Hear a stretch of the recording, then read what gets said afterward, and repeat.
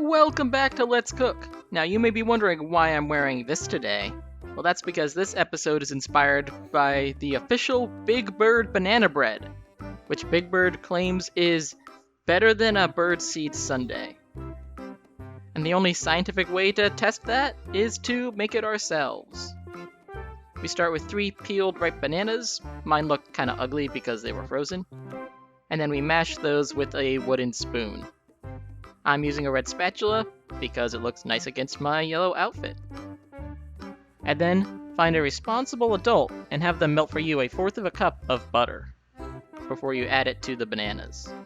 Next we add 3/4 cup of honey, hopefully stored in a plunger that matches your outfit and also makes for easy addition to the batter.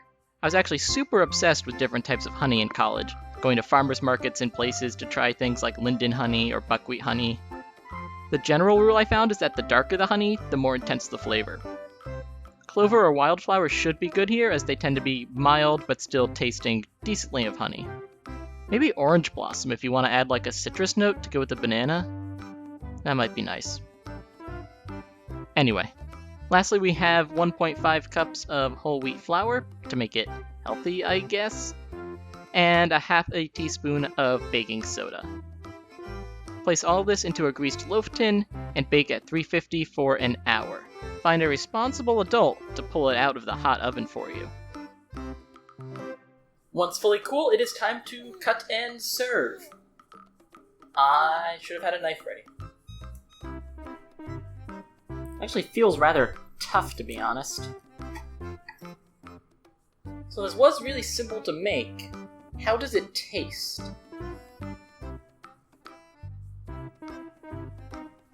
Dense, gloopy, overly sweet. Those are the first things that strike me. I feel like this is definitely a recipe made for children. You can do so much better than this. And so I think I will. I'll be back in a sec. Later. And we're back! This is everything you're going to need for our updated Big Bird banana bread. Try saying that 5 times fast. Still using 1/4 cup of butter, but this time it is solid and at room temperature. Since we're going to use the creaming method, I've replaced the 3/4 cup of honey with the same amount of sugar. I'm still using 1 cup or 3 mashed bananas. Still ugly. To replace the liquid in the honey and improve the structure a bit, I'm also using 1 chicken egg, beaten. We're also still using the 1/2 teaspoon of baking soda, but I'm also adding a pinch of salt to amp up the overall flavor. I've reduced the whole wheat flour to 1/2 cup and replaced the other cup with 1 cup of toasted oat flour, which I made by toasting some old-fashioned oats at 350 for around 12 minutes, and then ground them up in the food processor. I'll also be adding 3/4 cup of toasted pecans, chopped in a family heirloom like this one here, if you please. So for the actual mixing, blend the dries together, which are the flours, baking soda, and salt, and then give it a mix before moving on to the wets. Cream the butter with the sugar until light and fluffy, around 2 minutes, before slowly adding the egg. Then we add the star of the show, our bananas.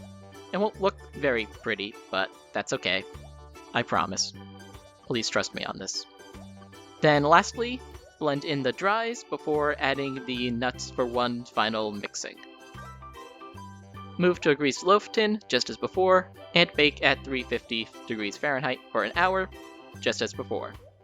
No responsible adult needed this time. And here is our try number 2 for the banana bread.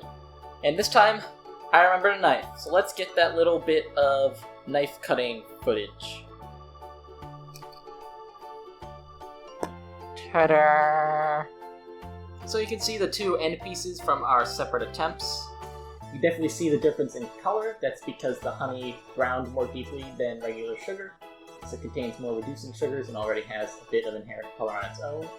You can also see the crumb here is a bit more open, a bit more dry. This is very kind of wet, stodgy, and dense. But of course all those things are just words. How does it actually taste?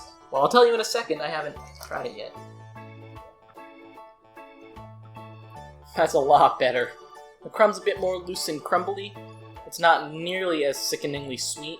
It's softer overall, and the nuts add a nice, crunch. You get something interesting in there. So I would say, other than it being a bit short, this is a very successful improvement of the recipe while still using its same ratios. But can a child make it? I don't think you want your child toasting nuts and oats and using a food processor. So if the main goal of the recipe is to make it accessible to kids, this might be a step too far. But I like it much, much better. If the Big Bird one was like 3 birdseed sundaes out of 10, this one's a good 8 birdseed sundaes out of 10. In fact, I would even say this one fits Big Bird's description of being even better than a birdseed sundae. Thank you very much for watching this episode of Let's Cook. I'm gonna finish off this banana bread. Don't judge me.